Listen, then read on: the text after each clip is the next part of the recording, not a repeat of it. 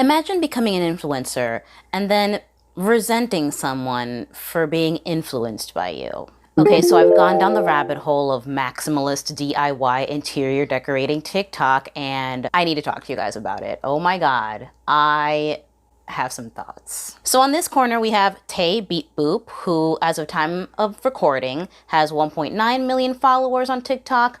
On this other corner, we have KaarinJoy with 2.1 million followers. So they had roughly the same amount of followers before all this drama started. Although since all this drama went down, Tay has lost followers and Kaarin has obviously gained a bunch of followers. Why? Let's get into it. So it's fair to say there is some overlap among their following, as they do have similar aesthetics, except that Tay apparently really hates that, as the drama kicked off by her posting a now deleted TikTok accusing Kaarin of copying her.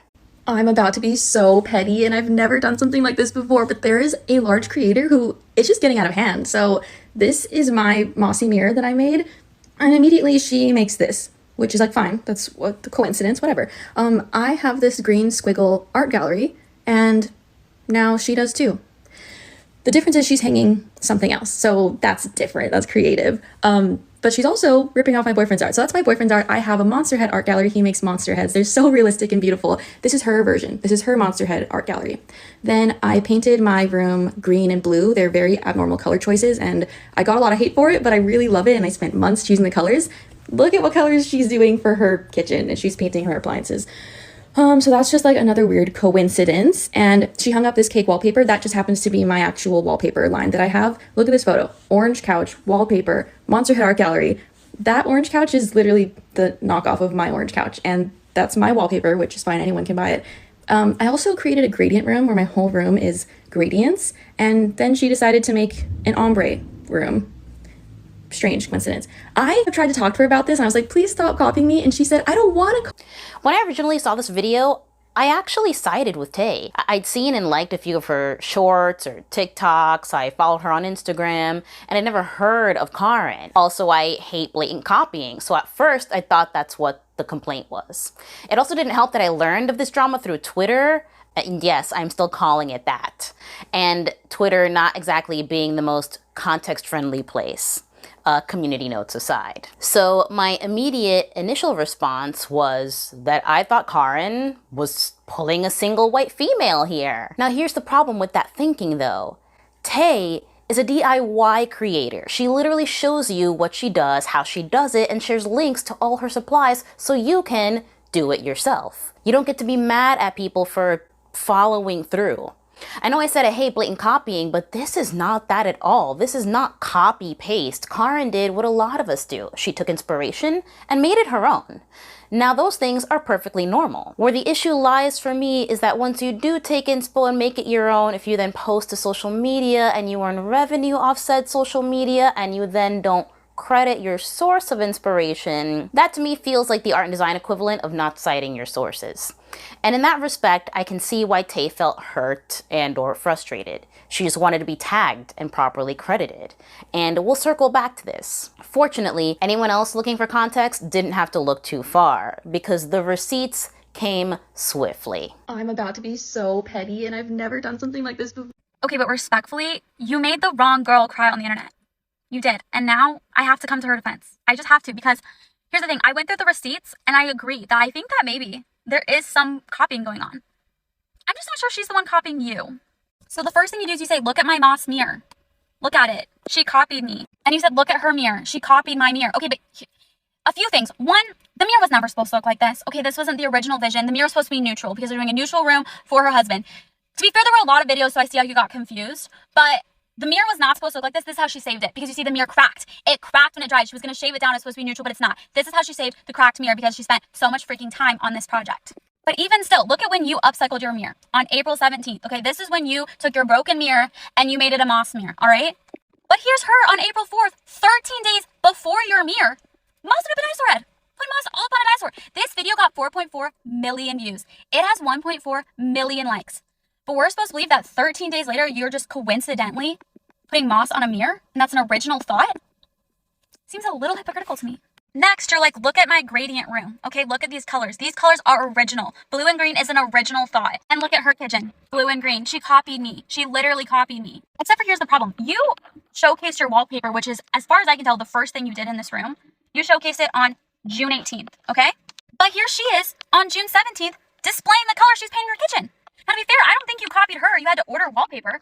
But I think it's a big reach to say she copied you a day before you put out your color scheme. How could she do that? And then you're like, yeah, well, it's not just the green, it's also the blue. It's the combination of the green and the blue together. And I hear you, but here's the problem. It wasn't supposed to be blue. First, it was purple, okay? Look how cute the purple was. But the internet bullied her, and they were like, it looks like Buzz Lightyear to infinity and freaking beyond in your kitchen. And she was like, can't have that. So then she's like, I have to do a color change. But she didn't start with blue. She started with yellow. It's supposed to be green and yellow. But then the internet was like, that's corn. That's John Deere. You can't have green and yellow. And she was like, oh my God, you're right. It is corn. All I see now is corn. So blue was actually her third choice. It wasn't even her first pick or her second pick. It was her third pick. And then you go a step further and you're like, not only did she copy my color scheme, but look, she ombre'd the sunset around her room, and I own gradient. No one else can do that. She copied me. Except for, this had nothing to do with you. It was a copy of the thing she did in her previous apartment on November 4th of 2022. You didn't announce your gradient wall until June 18th. June 18th. Look at her. November. It had literally nothing to do with you and everything to do with it was a recreation of her bathroom in her last apartment. Okay? This is my favorite point. So this girl right here, she has her own wallpaper brand. And Kaarin bought her wallpaper and used it in her craft room. And when she put it up, she tagged this TayBeepBoop girl. Like, she tagged her. She gave this girl free publicity. I didn't even know who TayBeepBoop was before this wallpaper got posted. And you're mad at her because she bought your wallpaper with her own money and then gave it free advertisement and that's copying you? Why do you sell wallpaper? Even just watching the video through a second time, the copying isn't blatant. And the added context upon further digging actually shifted things greatly in Kaarin's favor. The amount of reaching Tay does in her initial video is wild. It also shows a lack of research. Moss mirrors, not new. Not Kaarin's original idea for this design either. She'd already been working on one version, and as it turns out, her audience suggested the change. Gradient room. Tay's was achieved with blue and green wallpaper. Kaarin only painted her trim in a gradient in a sunset color palette. These are not even remotely the same at all. Tay doesn't own gradient.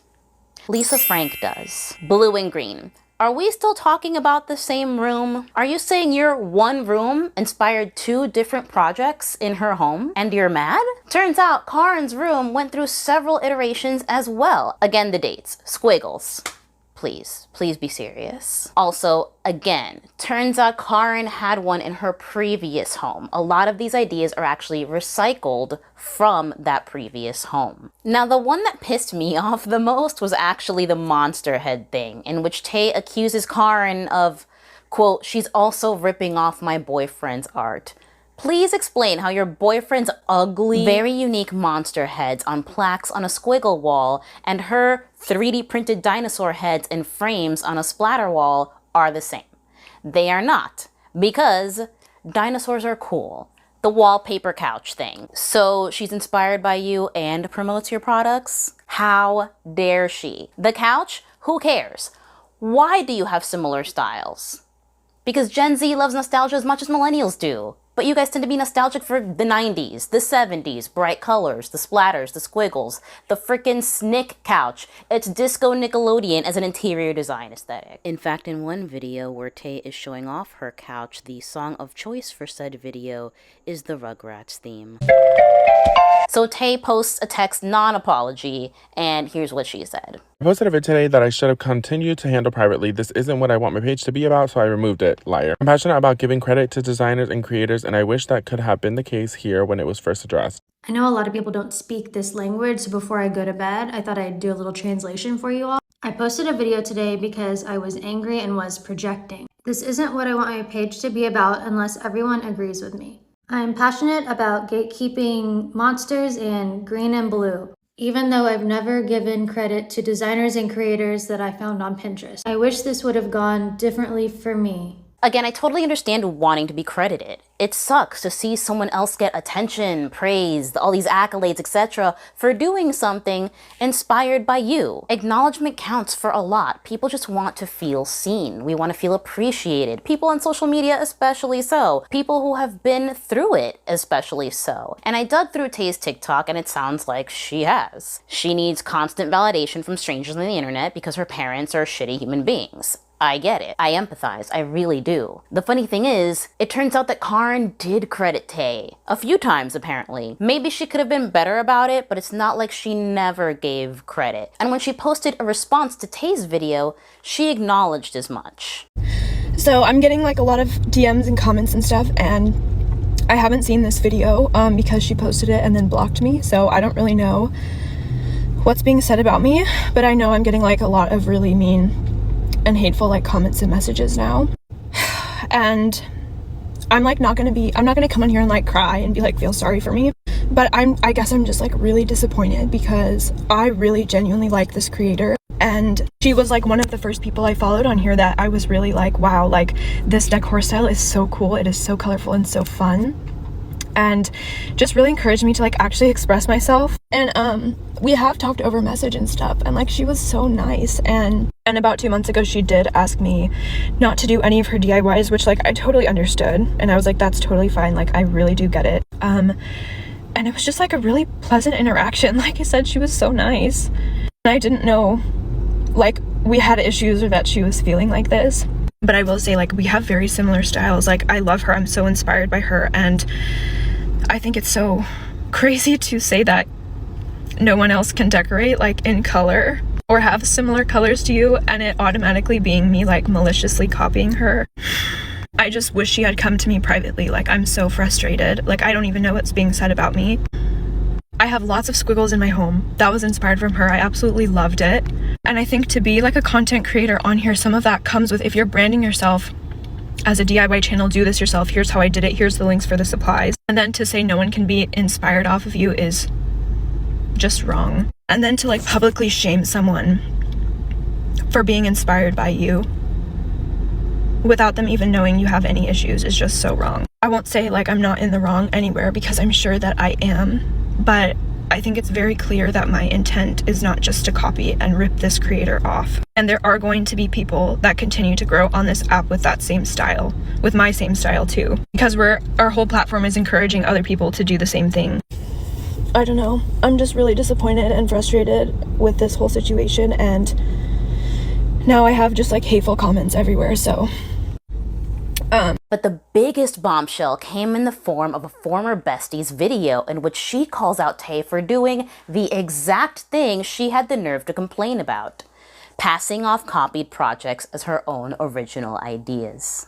Line that I have. I am so glad that I'm not the only person that thought that video was insane when they saw it. As someone that used to live with Taylor and has known her since high school, I just want Kaarin to know that she has nothing to worry about. Taylor is upset with you because she thinks you saw her ideas, took them, and got popular on TikTok because of them. Well, do I have a story for you? Remember her first video that got her TikTok famous? She got the idea from a TikTok video, and she figured out how to shape it from my cousin. But shockingly, it doesn't stop there, because she actually gets a lot of her ideas from her friends, which is normally totally fine and cool, because that's part of the design process. So don't let her make you feel bad for extrapolating on other people's ideas, especially because she doesn't even give anyone credit. And guess what? I made a foam mirror. She made a foam mirror.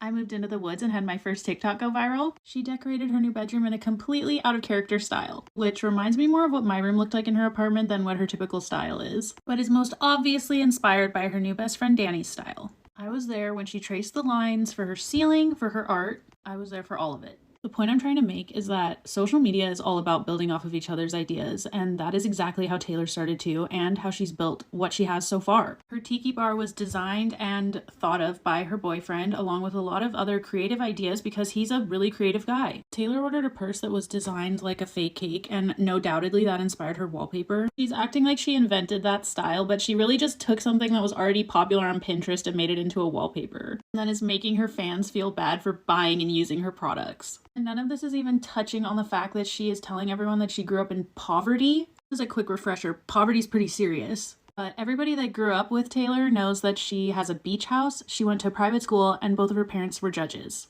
There is nothing wrong with what you did, Kaarin, and it is absolutely no different than what Taylor does. I don't want to get into the nitty-gritty of her finance situation, but basically, she's allegedly been cosplaying as a poor person to try and become more relatable.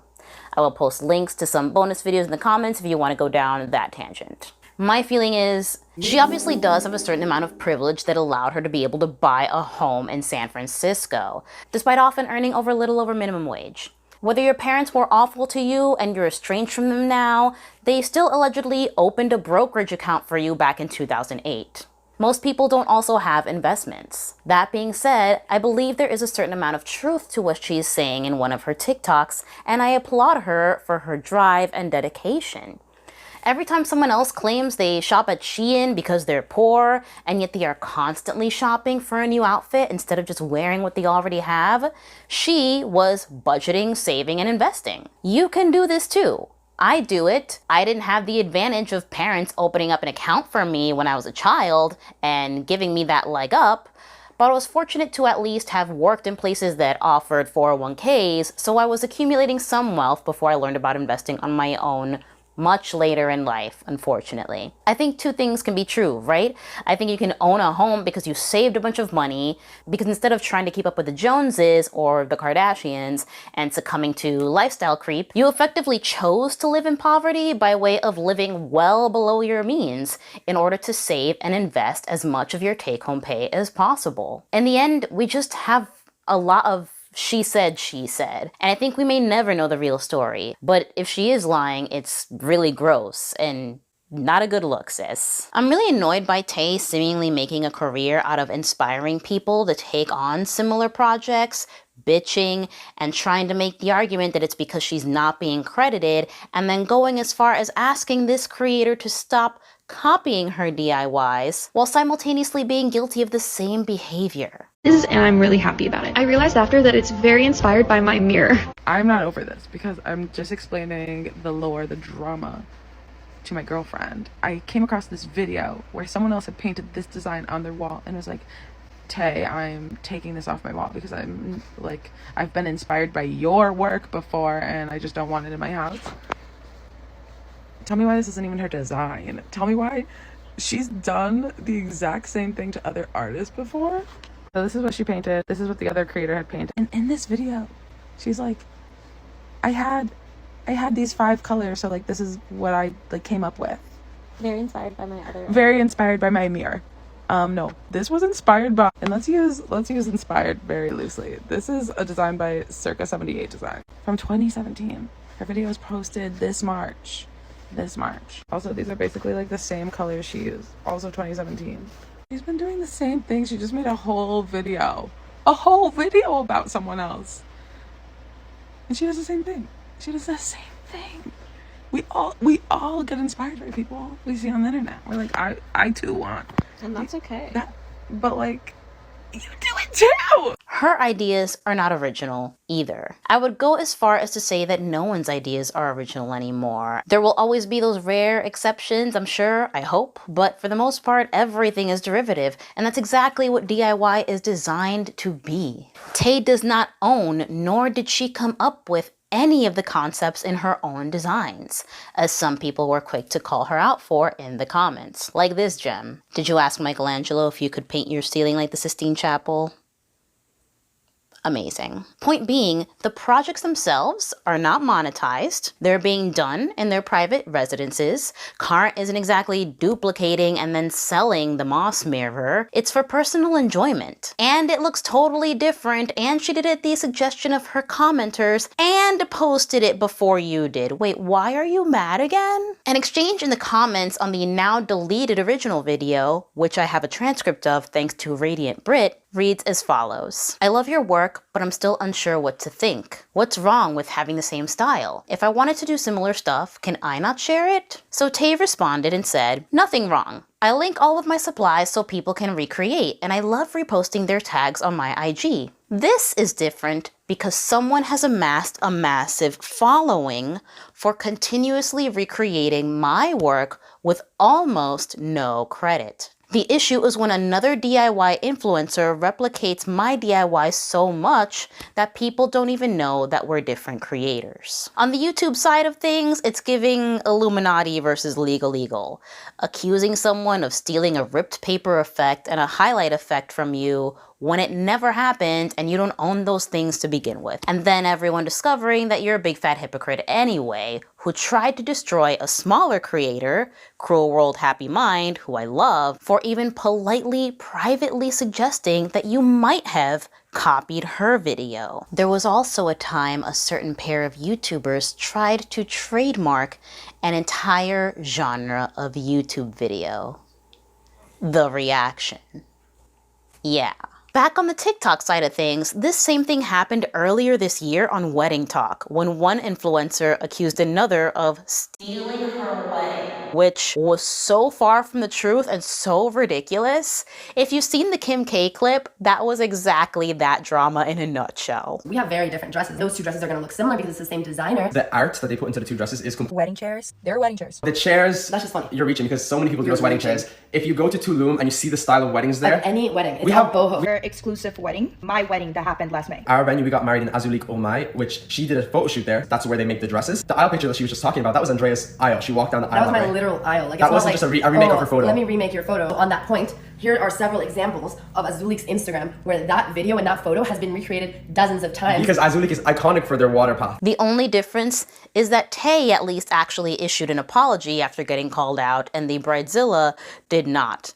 In fact, her original complaint videos are still up, just with the comments on them turned off. If TayBeepBoop was known as the Squiggle Girl, it's still not wrong for anybody to show off their newly painted squiggle wall. I have lots of squiggles in my home. That was inspired from her. I absolutely loved it. She doesn't own that, and she didn't even come up with it.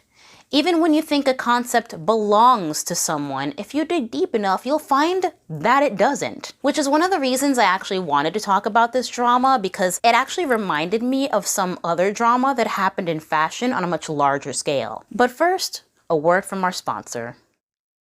You. Hello beautiful people and welcome back to my channel. It is so nice to see you. You know I love when you visit. I'm trying something new here because that retention graph is brutal. And I understand not everyone loves an intro. How do you feel about them? I feel like I keep mine pretty short. I wanted to take this time out to thank each and every one of you that has ever liked, subscribed, commented, is watching, of course, obviously, and has ever bought me a coffee. Every little bit helps, and everything I earn on coffee goes right back into making this channel as awesome as I can. Not only does it allow me the flexibility to gradually upgrade my equipment, but it also allows me the freedom to experiment, try new things, and go places. It even gives me the inspiration and courage that I need to do things that I never would have dreamed of doing otherwise. Like reaching out to a venue like the Thomas Edison Historical Park to get permission to film on the property because I knew that I'd be able to form a film permit. And that was all thanks to these people right here. And since then, I've had a couple of extra contributors and I wanted to thank you guys as well. Every little bit helps. And if you right now are watching this and you are able to contribute somehow and would like to buy me a coffee because you like what you've seen of my channel, I will leave the link in the description below. Thank you guys. Thank you, thank you, thank you. I don't have any official sponsors as yet on this channel, but I do have you. And you guys are awesome. When I say Red Soles, what immediately comes to mind? Exactly. You know it, Carrie Bradshaw knows it, pretty much every female rapper knows it, even that homewrecker hooking up with SpongeBob knows it. Louboutins. One of the most famous cultural signifiers of our time is the red sole. We see it and we know that that shoe is a Christian Louboutin, largely because this hallmark of the brand has been trademarked. The story goes that in the early 90s, Louboutin was actually inspired by an assistant's red nail polish. He was working on a shoe, she was painting her nails. I don't know why you'd be doing that at work in front of your boss. Then inspiration strikes. He takes her nail polish and paints the sole red. An icon is born. According to Cassidy Aranda at the Chicago-Kent Journal of Intellectual Property, once the shoe blew up, quote, Louboutin filed trademark applications for his Red Sole shoe in, among others, the United States, Mexico, the Philippines, New Zealand, Australia, Bahrain, and Morocco. The Red Sole mark. So when YSL decided to produce a completely monochromatic shoe complete with red sole, oh, the lawyers came out. I remember when this happened thinking, oh my god, mom and dad are fighting. I was honestly shocked YSL even tried it. The audacity, the disrespect. So Louboutin sues the fuck out of them for trademark infringement. They file in a district court in New York in April of 2011 seeking $1 million in damages. And you'd think it's an open and shut case, right? Wrong. YSL files a series of counterclaims, and it was on. Turns out that in America, at least, according to this final ruling, the trademark doesn't extend to entirely red shoes, and I wonder why. I wonder why. So after court finally ruled as such, and YSL dropped their counterclaims, the suit was basically dismissed after an 18-month legal battle, with the understanding that Louboutin's trademark is only safe in the US where the rest of the shoe is a contrasting color. So YSL keeps getting to sell its monochromatic shoes. There was also a purple version. Believe it or not, this concept of a red sole was not an original idea either. It actually goes all the way back to the court of Louis XIV, wherein men of nobility were encouraged to wear red-heeled shoes. He himself is featured in a royal portrait donning a pair. And honestly, the subject of intellectual property and infringement and the problem of chronic design theft in the fashion industry is worthy of its own dedicated video essay. But as upset as Tay is, this TikTok drama is so far from that. Designers are selling a product. They want people to buy from them. They aren't actively encouraging people to copy them and then getting mad about it. At first, I thought Kaarin was pulling a single white female, but in fact, Tay was pulling a Gone Girl. In the book, we meet Heather Handy, who was accused of having an obsession with and stalking Amy. She dyed her hair the same color. She started dressing the same. She harassed Amy's parents on the street with vaguely threatening comments. Turns out, Amy was the one who dyed her hair. Amy took her shopping for all those clothes. Amy made up some BS about how awful her parents were being to her and asked Heather to help her get back at them, to go up to them on the street and harass them. But then Amy played victim and allowed Heather to become a pariah, which was exactly Amy's goal, because she didn't like that Heather had become more popular than her. If you've never read the book, I highly recommend it. Speaking of books, back over on the Clock app, the plot thickens. Another former friend comes out and gives us some more insight into Tay's character. Put a pin in this. Kaarin's followers reveal that she'd actually already had these things in her old home, as I said before. But they don't stop there. No. They get nasty. They get in a canceling mood. They messaged the company that was manufacturing Tay's wallpaper, leading them to issue a statement announcing they would no longer be selling her collab. I mean, mountains out of molehills, you guys.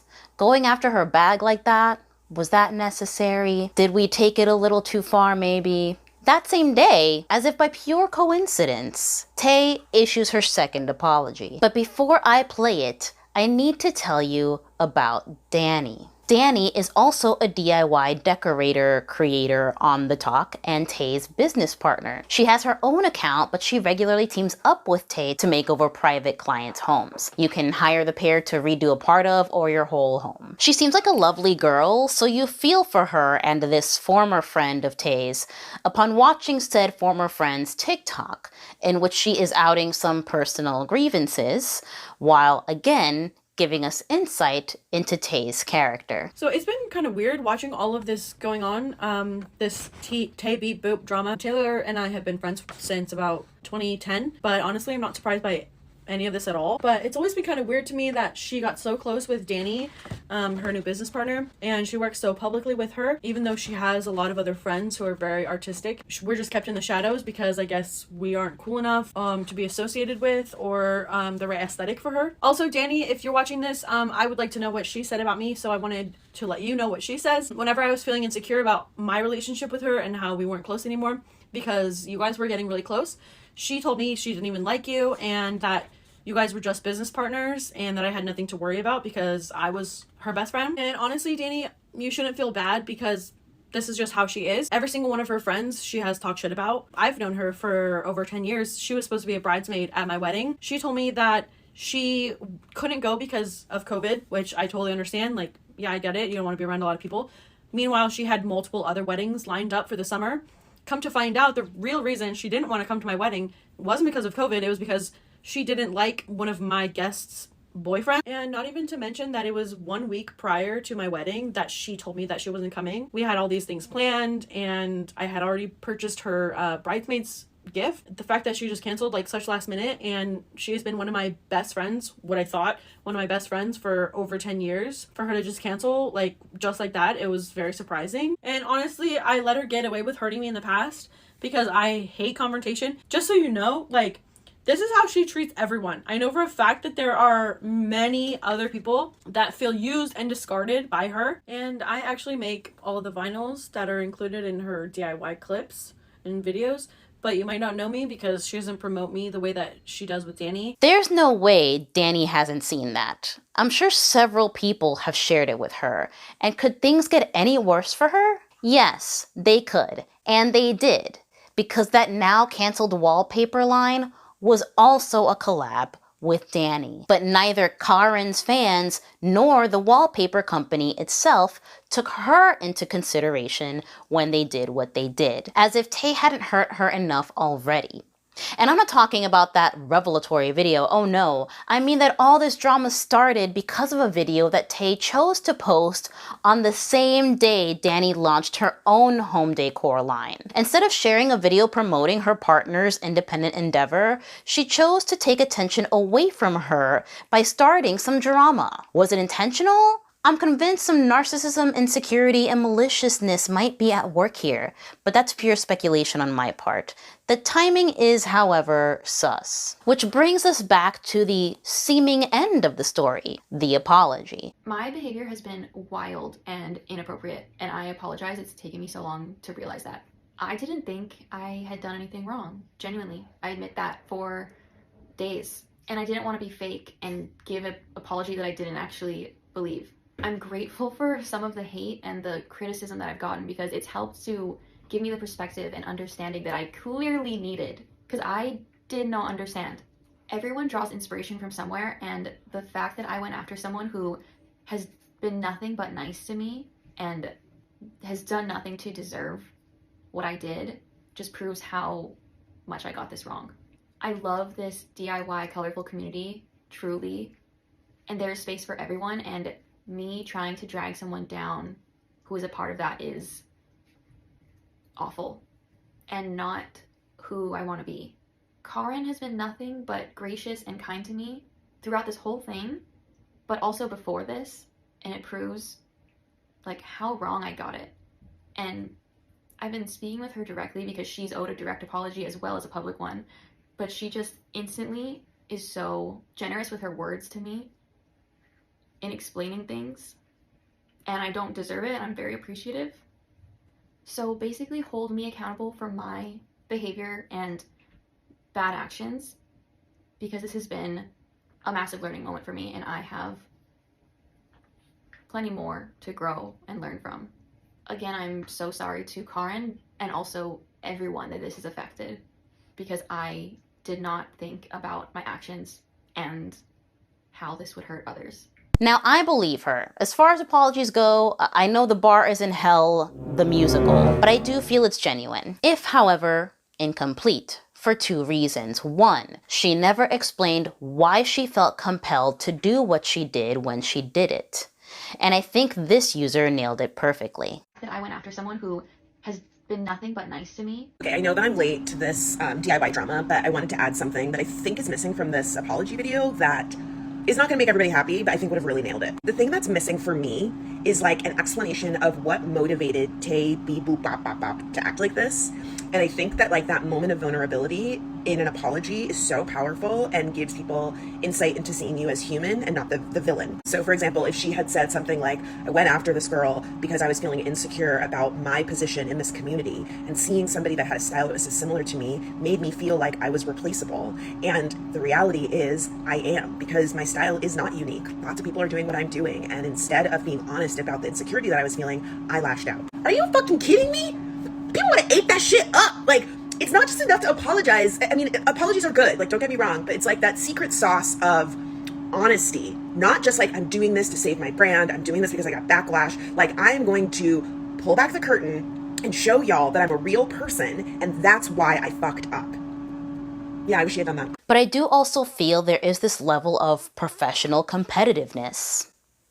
That a word? You know how I said they were just making these DIYs for their personal enjoyment? While paint on its own does not necessarily contribute to the overall value of a home, selling it fully furnished with all the customizations, was she planning on flipping her space all along? Would she feel extra threatened by someone with a similar style that might be looking to do the same? 2. Because she also, in my opinion, owes an apology to Dani, as do Kaarin's fans, as does the wallpaper company. She literally did nothing wrong, and her coin got snatched from her, and she got kicked while she was down. Although, I'm not so sure Dani would still have wanted her name attached to the wallpaper line if she'd known what I know now. But first, I need to talk to you about Greg Land and Butch Hartman, which means we now need to get into the ethics of tracing. Greg Land is a comic artist that is notorious for having built his career out of tracing reference. Now, what many people don't understand is that tracing is actually normal and sometimes necessary. Tracing is another tool in an artist's arsenal, but that comes with some very important caveats. If you need reference for a particular pose, if you're unsure what a hand should look like when holding a particular thing at a particular angle at a particular distance, it's in your best interest to just take a picture of yourself or a friend carrying out a particular action, for example, and tracing it. Or even having it on your screen as you draw so you have immediate reference. It's like sitting for a portrait in that the artist has a live model to refer back to, but more convenient for everyone involved. I've done it, professionally even. I once painstakingly traced an entire giraffe, every last spot, for a client, a clothing company. I am still to this day very proud of the end result. That was still a lot of work. I feel no guilt. I stole no money from that giraffe. Animation studios use live models for reference all the time. Animators know how to animate, but they're always going to need reference for the thing they're animating. Note that I'm choosing to show process work here because animators actually have their own union, so they can continue to work during the strike. However, SAG-AFTRA actors are barred from doing voiceover work for feature-length animated films.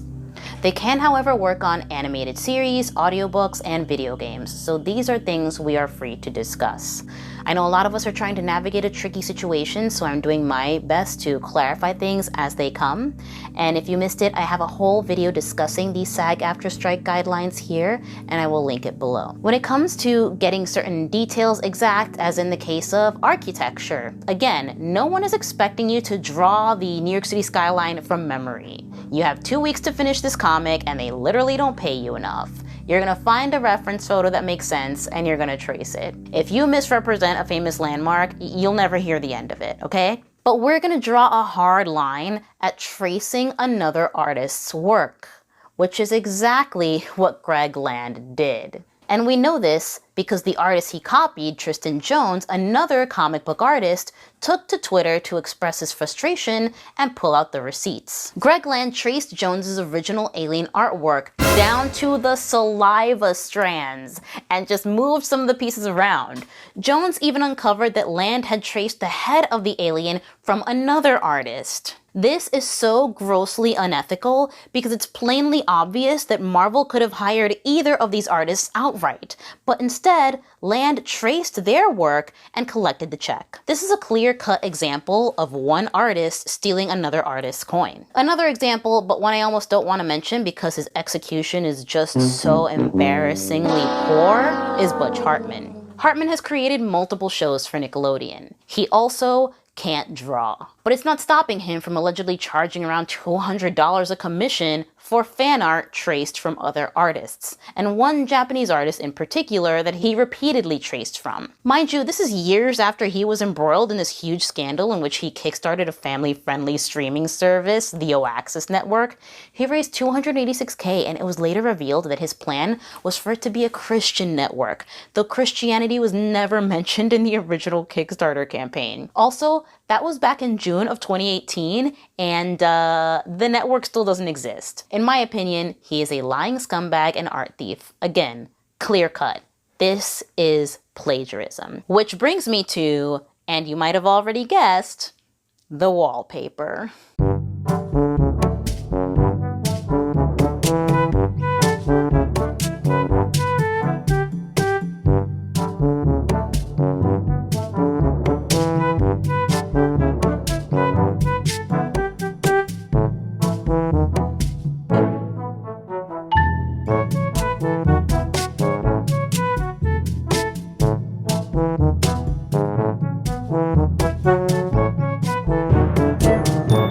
It would appear that this cake design was inspired by and directly traced from a picture of a cake from Coven Bakery, which is just the coolest name for a bakery, who make these fun, funky, maximalist lovers dream cakes. And what's interesting is that plenty of other artists have taken inspiration and straight up painted these cakes, but they've also credited the bakery accordingly. Now, I don't think that's totally enough. If you paint a photo of someone else's work and you make money off prints of that photo, isn't the original artist, in this case the baker and cake decorator, entitled to compensation? Baking and cake decorating are art forms, and this is a business for them. I know baking is also a science, but you can't argue that cake decorating isn't an art. The decorator is an artist. If your work features another artist's work, in this example, is this plagiarism? The bakery doesn't sell wallpaper, but this could have easily been a collab between the bakery and Auto Studio, the wallpaper company, no? And I could find no mention of any credit given to this bakery in any of Tay's posts regarding the wallpaper. Any articles about the wallpaper? Nothing. They're not tagged in any of the posts that I could see. And as it turns out, Dani might not be so innocent after all. In one video, she uses 2 different colorways of this wallpaper in her fitting rooms for her vintage clothing store. And in this video, she refers to it as my cake print from my wallpaper collection. And in another video, she acknowledges that she was present for the designing of this print. So it's very possible that she herself was directly responsible for the tracing of this cake. I would love to know how you all feel about this, so please let me know your thoughts about it below. I realize it's a bit of a moot point since it's no longer being sold, but what's to stop something like this from happening again? Personally, I would have baked and decorated a cake myself and taken pictures of my own cake to create a print. But what do you think about all this, about tracing in general? Let me know. Mind you, I am sympathetic to Tay to some degree, and I'm not the only one. And I'm grateful to the people who can help me articulate very complicated feelings, so... What stands out the most to me in this situation is Tay is expressing her insecurity of her identity being stolen. And why I say that is because I actually lost a friend due to this same insecurity. She introduced me to vintage fashion. So I started shopping vintage fashion and I was so excited. I found all of these pieces. I was so excited to share them with her like friends do. And when I did, her reaction was, it looks like something I would wear. Like it was a bad thing. And she started to distance herself a lot, and she actually ended up breaking our friendship off because of this insecurity that I was stealing her identity. I feel that people identify so heavily with their expression of themselves that when somebody else expresses similarly to them, they feel threatened, that they feel like, oh, she's copying me. Oh, she's stealing from me. And it's not that. It should be flattering. We should be like celebrating this expression together instead of gatekeeping it. The thing about the culture of DIY is that you want to beautify your space, but also many people do it because they want people to notice that you have beautified your space yourself. So I don't make DIY how-tos on purpose because I think the culture is real challenging. You have to make something people want to make, but also you have to seem like you are better at doing it than them. And I suspect it's a very addictive positive feedback loop that you are so good at making things look both easy and almost impossible to do. And let's not forget, her positive feedback loop isn't just feelings, it's also money. It's a business she's created. And for her business to succeed, she needs people to see her as approachable, but also aspirational. And that's where a lot of this drama comes from. When other people start doing what you do better, you no longer become aspirational and your business is at risk. And it's when you get on this social platform and pretend. Because I did not understand. Everyone draws inspiration from somewhere. It's a little disingenuous to be doing things that are already available and date stamped on TikTok or Pinterest or the internet and pretend like you did not understand creativity comes from all sorts of sources. So is she a bitch? I have no idea.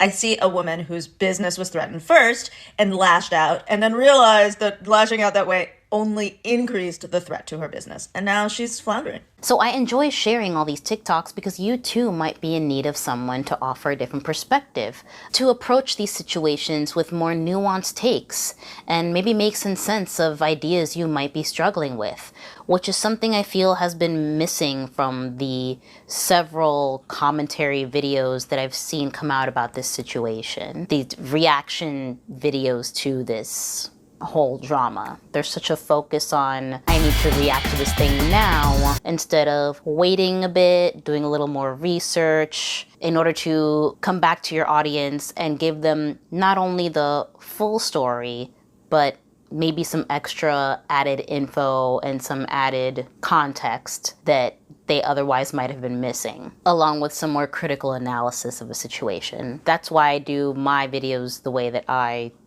do them, lest you are so quick to get a video out that you post it without having all the information and sometimes having the wrong information. So while I am kind of sorry for all of the videos in this video, I'm also not. And seeking out other more knowledgeable people has really helped me understand some things and actually helped me sympathize with Tay even more. Is TayBeepBoop an artist? Well, the answer is mired in patriarchy, racism, and capitalism. Google famous artists and you'll see they have something in common. They're all white painters who are men. And this largely comes out of the Renaissance, where you have this hierarchy of arts, with painting being at the top, something that you had to be in the guild for to be able to get paid to do it, and being in the guild meant you had to be mostly a man. And part of this was also that there was this idea that these were unique geniuses. And this split meant that art was made by unique genius men who could make money for it, versus craft, which was made by other people. Like folk art, often practiced by women. Quilting, again, practiced by women. And often women of color. And very often women who were not upper class. And beading, practiced by people of color, which is why native beading works was considered craft. And something like this, The Kitchen by Liza Liu, made by a white woman, was considered art. Now, I do like The Kitchen, and I suspect she's the first person who decided let's beat a whole room. But we know about her because the art world decided to make her known. And that's where capitalism comes in.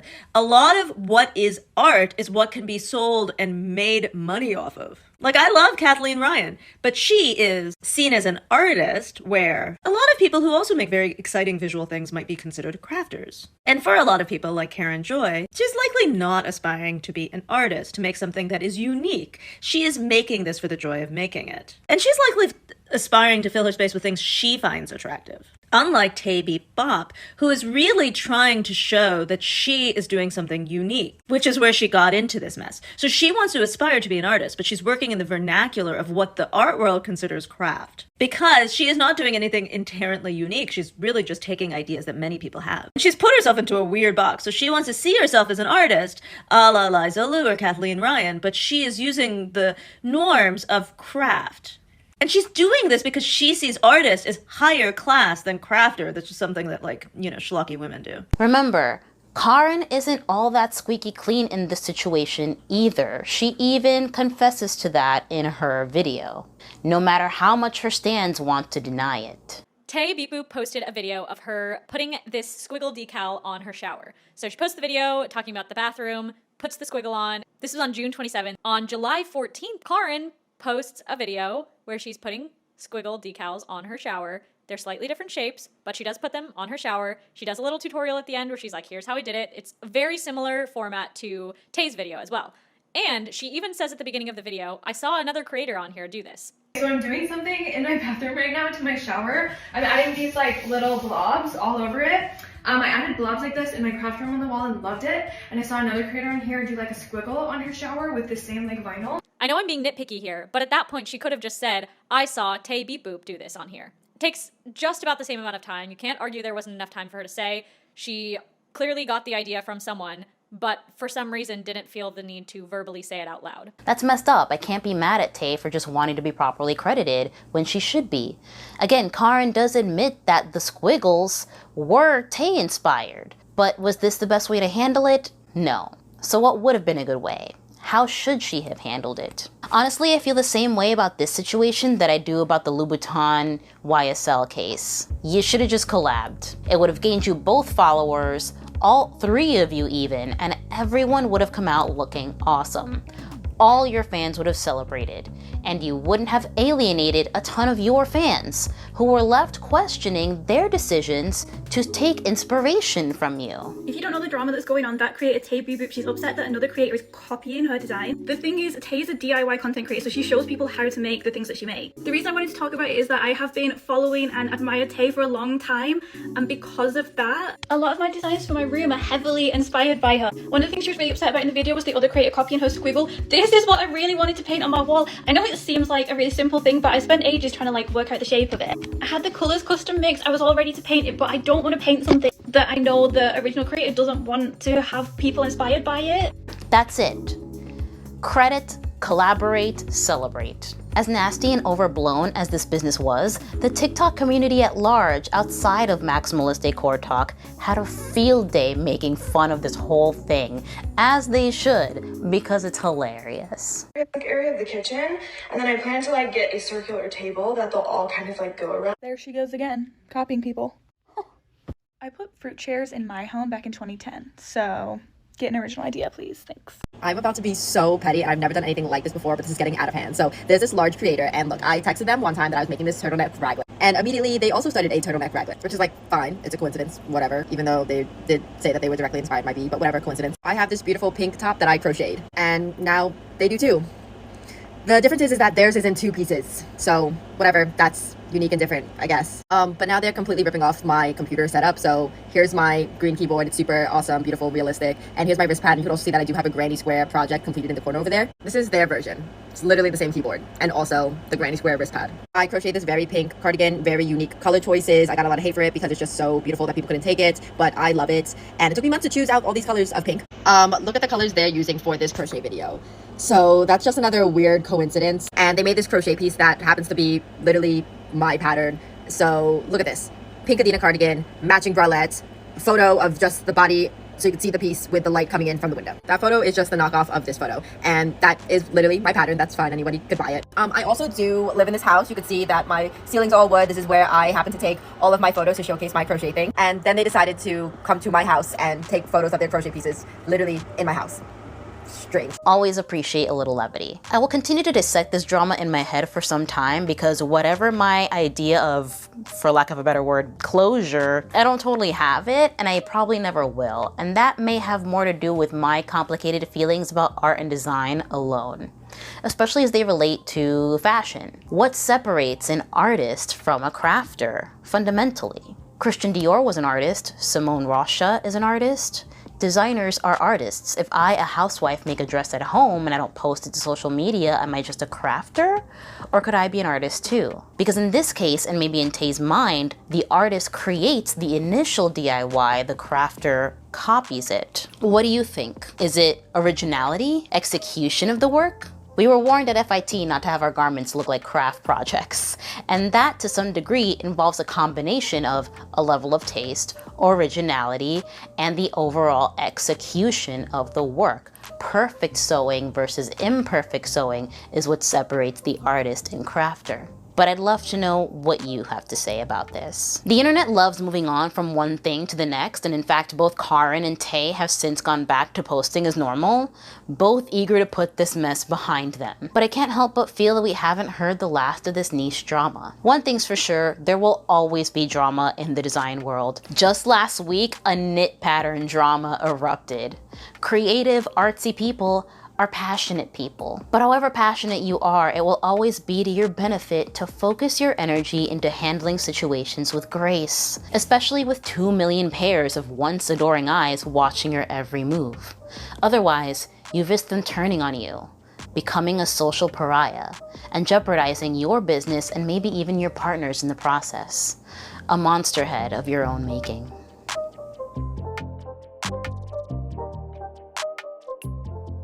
So I enjoy sharing these TikToks because you too, really?